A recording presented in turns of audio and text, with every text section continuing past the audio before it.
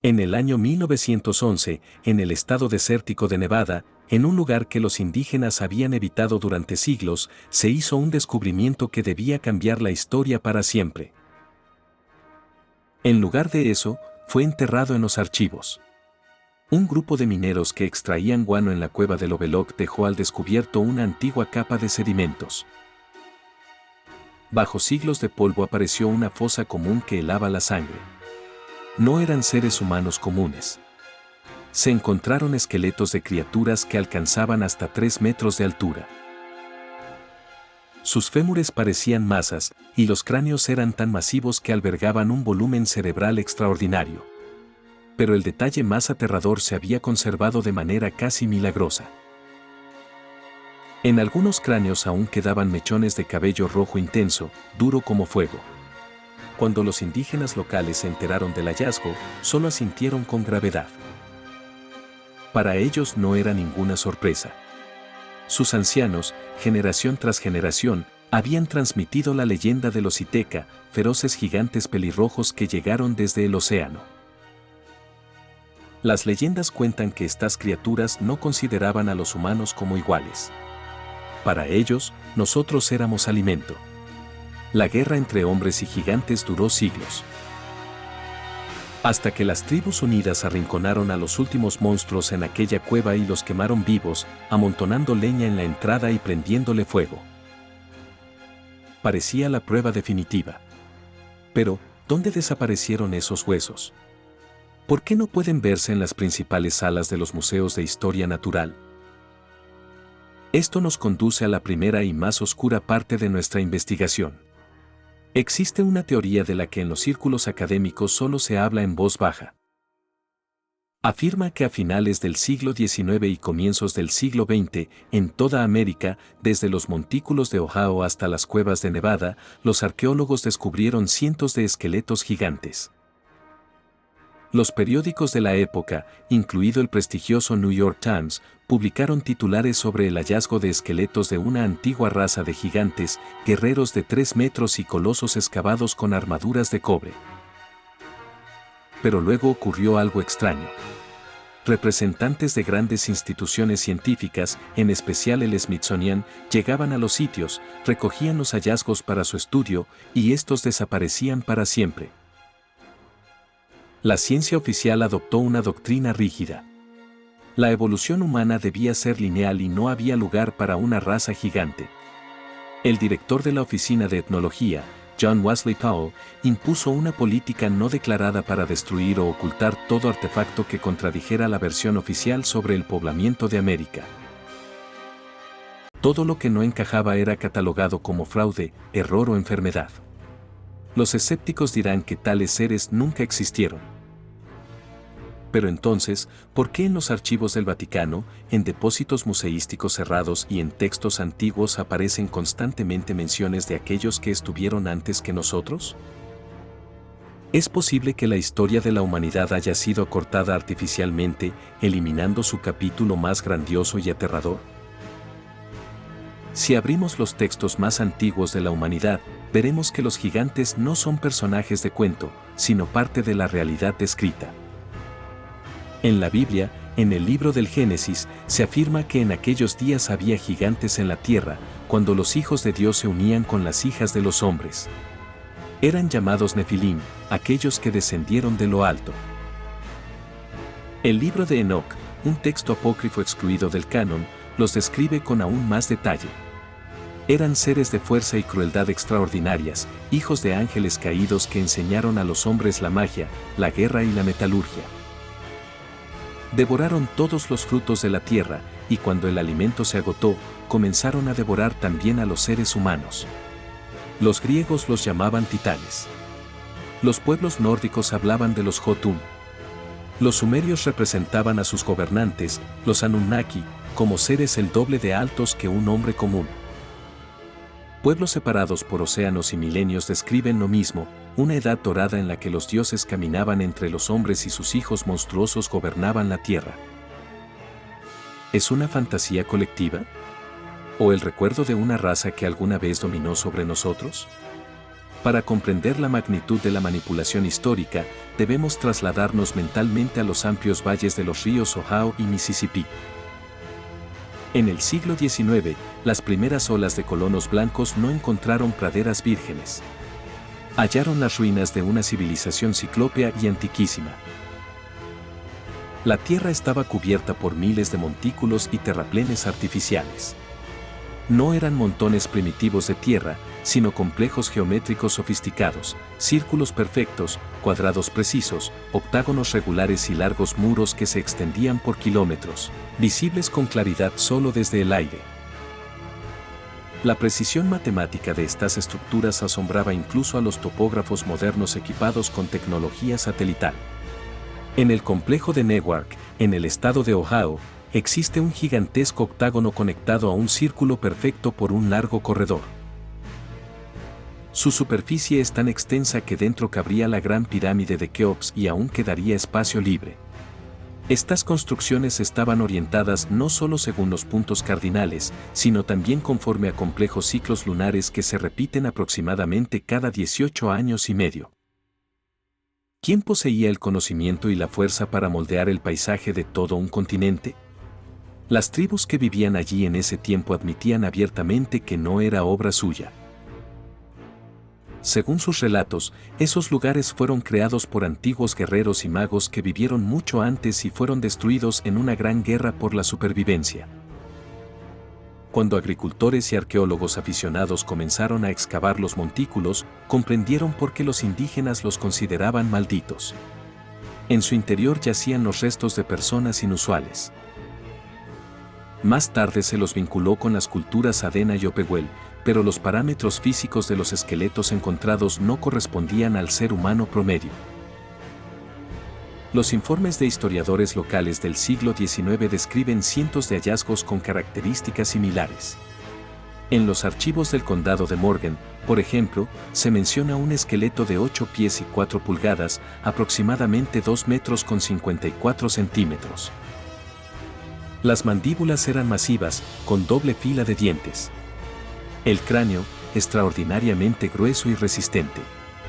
En otro informe, del condado de Kanawha, se describe una cripta de piedra con un esqueleto de 7 pies y 6 pulgadas, con pesadas pulseras de cobre en las muñecas.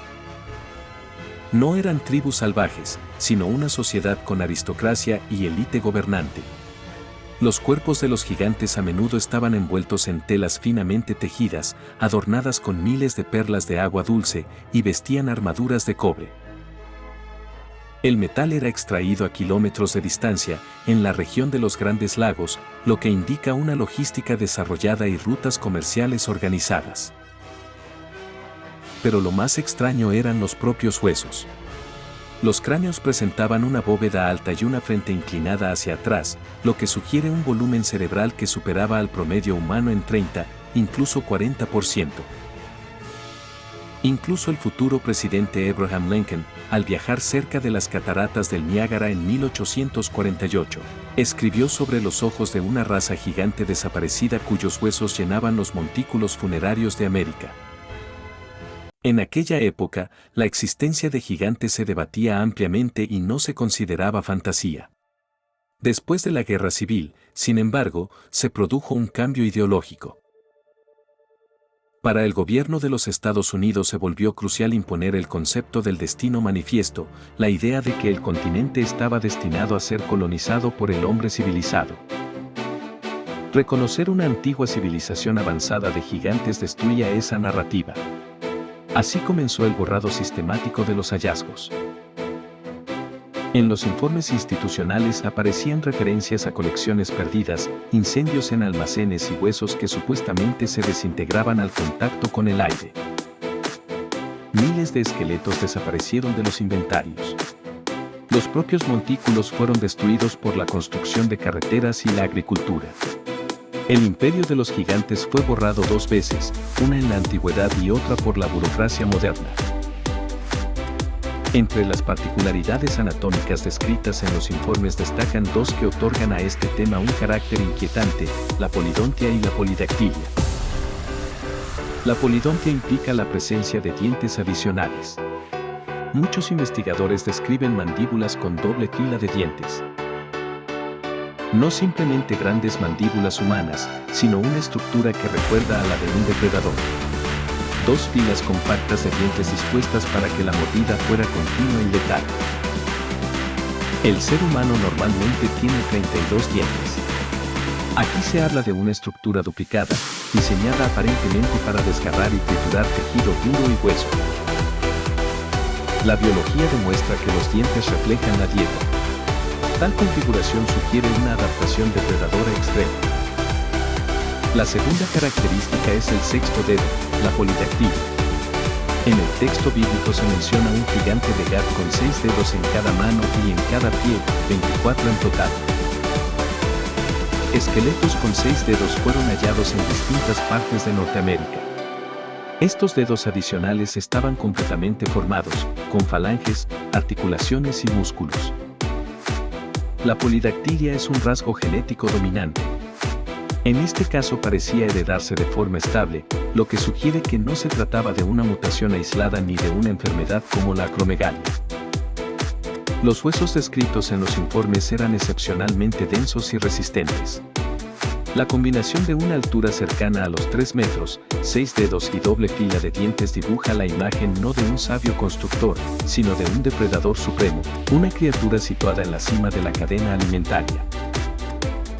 El hecho de que ese depredador haya desaparecido dice solo una cosa: algo en este mundo cambió de forma tan radical que ni siquiera su poder absoluto pudo sobrevivir.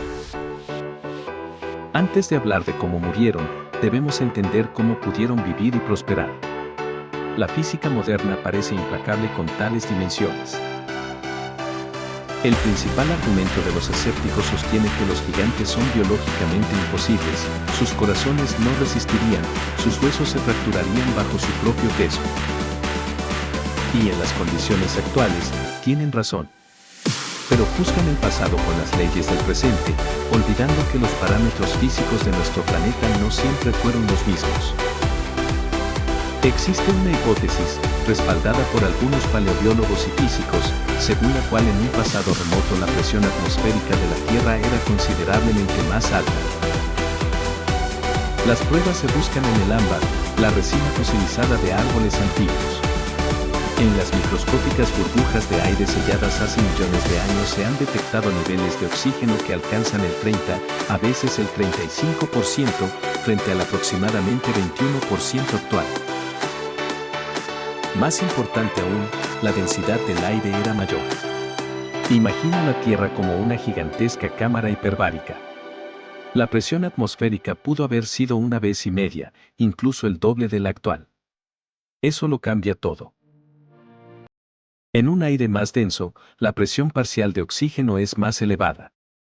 El oxígeno penetra con mayor facilidad y en mayor cantidad en la sangre. El corazón y los pulmones no trabajan al límite. La hemoglobina se satura casi de inmediato. La carga sobre el sistema circulatorio disminuye. En tales condiciones, los organismos experimentan una oleada de fuerza. Las heridas sanan más rápido. La fatiga tarda más en aparecer. Hoy en día, un efecto similar se utiliza en cámaras hiperbáricas médicas para la recuperación. El aire más denso también proporciona mayor sustentación. Esto explica la paradoja de pterosaurios gigantes como Quetzalcóatl. En la atmósfera actual, una criatura así tendría dificultades para despegar. Pero en un aire más denso, volaría con mucha mayor facilidad. Lo mismo ocurre con los insectos gigantes del período carbonífero, como la libélula meganeura, con una envergadura cercana a 70 centímetros. Con mayores niveles de oxígeno, su sistema respiratorio funcionaba eficazmente. En un mundo con mayor presión y una atmósfera más rica en oxígeno, una estatura de 3 o 4 metros no habría sido una anomalía. Los textos antiguos hablan de personas que vivían cientos de años. En condiciones de oxigenación constante, los procesos de envejecimiento se ralentizan y la regeneración se acelera. Algunas teorías proponen la existencia de una llamada cúpula de vapor en las capas superiores de la atmósfera, una capa de vapor de agua que generaba un potente efecto invernadero y un clima uniforme. Tal escudo habría protegido el ADN de la radiación cósmica. Si estas condiciones desaparecieron repentinamente, a causa de una catástrofe, un diluvio o el impacto de un cuerpo celeste, el mundo se convirtió en un entorno letal para los gigantes. La presión descendió. El oxígeno disminuyó. Sus corazones se vieron obligados a trabajar hasta el agotamiento. La gravedad, antes tolerable, se convirtió en enemiga. Aquí entra en juego la ley del cuadrado cubo. Si la altura se triplica, el volumen y el peso aumentan aproximadamente 27 veces. Pero la resistencia de los huesos, que depende de su sección transversal, solo aumenta alrededor de 9 veces. Se produce un desequilibrio. El cuerpo se vuelve mucho más pesado de lo que su estructura de soporte puede sostener. La historia conoce un ejemplo trágico, Robert Wadlow, llamado el gigante bueno de Oulton. Nacido en 1918, alcanzó una altura de aproximadamente 2 metros con 72 centímetros. Su vida no fue un cuento, sino una prueba médica constante. Sus huesos soportaban una tensión enorme. Usaba férulas metálicas para mantenerse erguido. Su sistema nervioso sufría. La sensibilidad en sus piernas estaba reducida. Murió joven a causa de una infección provocada por una herida que casi no sintió. Nuestro mundo es implacable con tales dimensiones. Un cuerpo enorme produce mucho más calor, pero la superficie para disiparlo no aumenta proporcionalmente. En el clima actual, un gigante se sobrecalentaría con el esfuerzo. Las leyendas describen a los gigantes como lentos y furiosos. Desde el punto de vista biológico, esto podría interpretarse como consecuencia de hipoxia y estrés térmico. Pero si construyeron las antiguas estructuras megalíticas, probablemente lo hicieron antes de los cambios catastróficos. En Baalbek, en la base del templo de Júpiter, hay bloques de piedra que pesan cientos de toneladas. En la cantera cercana yacen otros aún mayores. Su transporte sigue siendo un enigma. La arquitectura megalítica del mundo, con puertas gigantescas y escalones masivos, podría ser herencia de una civilización que existió bajo condiciones físicas distintas. La ciencia también conoce criaturas gigantes reales. El Gigantopithecus, un enorme simio que vivió en Asia, alcanzaba aproximadamente 3 metros de altura. En el Altai se han hallado restos de denisovanos con dientes inusualmente masivos. La pregunta permanece, ¿desaparecieron por completo tales seres? Existen relatos sobre un incidente en Afganistán en el año 2002, en el que una patrulla militar se habría enfrentado a una enorme criatura en una cueva. La historia afirma que el cuerpo fue confiscado y clasificado. Si se trata de mito o leyenda moderna, no puede confirmarse. Pero hay algo que no puede borrarse, nuestro instinto. El llamado efecto del valle inquietante describe la sensación de inquietud ante la visión de un ser que parece humano, pero cuyas proporciones están ligeramente distorsionadas. Tal vez ese miedo sea un recuerdo evolutivo antiguo. En los cuentos de los pueblos del mundo, el gigante rara vez es un sabio benevolente. Con mayor frecuencia es un caníbal que huele la presencia humana. Quizá estas historias sean memorias deformadas por el tiempo de conflictos reales. ¿Cómo lograron entonces los pequeños humanos imponerse? No con fuerza, sino con adaptación. Cuando los recursos disminuyen y las condiciones cambian, los cuerpos más pequeños requieren menos energía. Se reproducen más rápido. Cooperan mejor. Si los gigantes existieron, pudieron haber sido derrotados por la superioridad numérica, la estrategia y el tiempo. Hoy nos vemos como la cima de la evolución. Pero tal vez nuestra estatura no sea una debilidad, sino una adaptación que nos permitió sobrevivir en un mundo más hostil.